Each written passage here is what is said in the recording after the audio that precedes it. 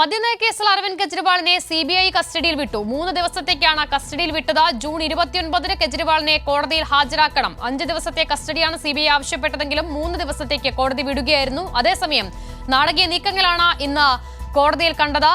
മദ്യനയവുമായി ബന്ധപ്പെട്ട് അരവിന്ദ് കെജ്രിവാൾ മനീഷ് സിസോദിക്കെതിരെ മൊഴി നൽകിയെന്ന് അന്വേഷണ സംഘം കോടതിയെ അറിയിച്ചു. എന്നാൽ അതൊരു കെട്ടിച്ചമച്ച മൊഴിയാണ്. അത്തരമൊരു മൊഴി മനീഷ് സിസോദിക്കെതിരെ നൽകിയിട്ടില്ല എന്ന് കെജ്രിവാളും വ്യക്തമാക്കി. നോക്കാം വിവരങ്ങൾ. സ്വാതി സന്തോഷ്.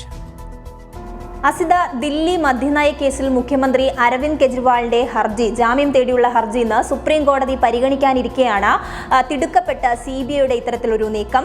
കഴിഞ്ഞ ദിവസം രാത്രി തിഹാർ ജയിലിലെത്തി അരവിന്ദ് കെജ്രിവാളിനെ ചോദ്യം ചെയ്യുകയായിരുന്നു. അതിന് പിന്നീട് ഇന്ന് രാവിലെ റോസ് അവന്യൂ കോടതിയിൽ അദ്ദേഹത്തെ ഹാജരാക്കുകയും കസ്റ്റഡിയിൽ വേണമെന്ന ആവശ്യം കോടതിയിൽ ഉന്നയിക്കുകയുമായിരുന്നു. ഇപ്പോൾ കോടതി വിധി വന്നിരിക്കുന്നത് 3 ദിവസത്തേക്ക് കെജ്രിവാളിനെ കസ്റ്റഡിയിൽ വിടണമെന്ന നിർദ്ദേശം ഇപ്പോൾ കോടതി ഉത്തരവിട്ടിട്ടുള്ളത്.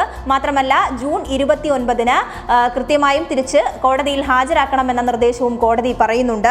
അതോടൊപ്പം ഇന്ന് കോടതിയിൽ വളരെ നാടകീയമായിട്ടുള്ള രംഗങ്ങൾ തന്നെയാണ് അരങ്ങേറിയത്. സിബിഐ കൃത്യമായും ഗൂഢാലോചനയ്ക്ക് ശേഷമാണ് അരവിന്ദ് കെജ്രിവാളിനെ കുരുക്കുവാൻ വേണ്ടി ഇത്തരത്തിലൊരു നീക്കവുമായി മുന്നോട്ട് പോയത് എന്ന ആരോപണം ശക്തമായിരിക്കെ വലിയ തരത്തിലുള്ള വിമർശനങ്ങളാണ് കോടതിയിൽ ഇന്ന് സിബിഐ ഉന്നയിച്ചത്. മാത്രമല്ല, മനീഷ് സിസോദിയക്കെതിരായി കെജ്രിവാൾ മൊഴി നൽകി എന്നതടക്കമുള്ള കാര്യങ്ങൾ ഇന്ന് സിബിഐ കോടതിയിൽ പറയുകയുണ്ടായി. എന്നാൽ അതിനെതിരായി കെജ്രിവാൾ ഉന്നയിച്ച വാദം എന്ന് പറയുന്നത് മാധ്യമ ശ്രദ്ധ പിടിച്ചുപറ്റാൻ വേണ്ടിയാണ് ഇത്തരത്തിൽ കള്ളത്തരങ്ങൾ സിബിഐയുടെ ഭാഗത്തു നിന്ന് ഉണ്ടാകുന്നത് അടക്കമുള്ള കാര്യങ്ങളാണ് കോടതിയിൽ ഇന്ന് കെജ്രിവാൾ സൂചിപ്പിച്ചു പോകുന്നത്.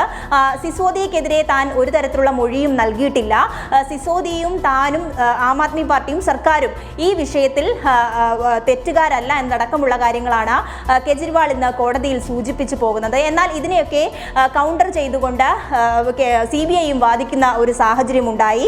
പല ലോബികളുമായി ഈ വിഷയത്തിൽ മദ്യനയം രൂപീകരിക്കുന്നതുമായി ബന്ധപ്പെട്ട പല ലോബികളുമായി ദില്ലി സർക്കാർ കൂട്ടുകൂടിയെന്നും അതുകൊണ്ട് തന്നെ ഇതിൽ കൃത്യമായ അന്വേഷണം തങ്ങൾക്ക് നടത്തണം എന്ന ആവശ്യമാണ് സിബിഐ ഉന്നയിച്ചത്. മാത്രമല്ല, സാക്ഷികളെ കെജ്രിവാൾ സ്വാധീനിക്കാൻ ശ്രമിക്കുന്നു എന്ന ആരോപണം കൂടി സിബിഐ കോടതിയിൽ ഉന്നയിച്ചിട്ടുണ്ട്. എന്തായാലും വളരെ കൂടുതൽ ഒരുപാട് വാദപ്രതിവാദങ്ങൾക്ക് ശേഷമാണ് ഇന്ന് കോടതി കെജ്രിവാളിനെ 3 ദിവസത്തേക്ക് കസ്റ്റഡിയിൽ വിട്ടിട്ടുള്ളത്. ഇതിനെതിരെ വലിയ തരത്തിലുള്ള പ്രതിഷേധം ആം ആദ്മി പാർട്ടി നേതാക്കളുടെ ഭാഗത്ത് നിന്ന് ഉണ്ടാകുന്നുണ്ട്. മാത്രമല്ല, അരവിന്ദ് കെജ്രിവാളിന്റെ ഭാര്യ സുനിത കെജ്രിവാളും ഇതിനെതിരെ കടുത്ത വിമർശനം ഉന്നയിച്ചിട്ടുണ്ട്.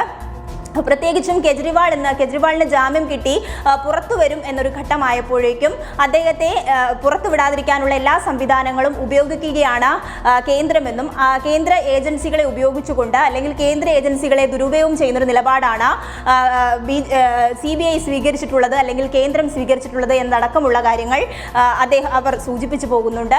അതോടൊപ്പം തന്നെ ആം ആദ്മി പാർട്ടിയും ഈ വിഷയത്തിൽ കടുത്ത വിമർശനങ്ങൾ ഉന്നയിക്കുന്നുണ്ട്. മുന്നോട്ടുള്ള ദിവസങ്ങളിൽ ഇതിനെതിരെ വലിയ പ്രതിഷേധങ്ങൾ ഉയർത്താൻ തന്നെയാണ് ആം ആദ്മി പാർട്ടിയും തീരുമാനിച്ചിട്ടുള്ളത്. അസിത.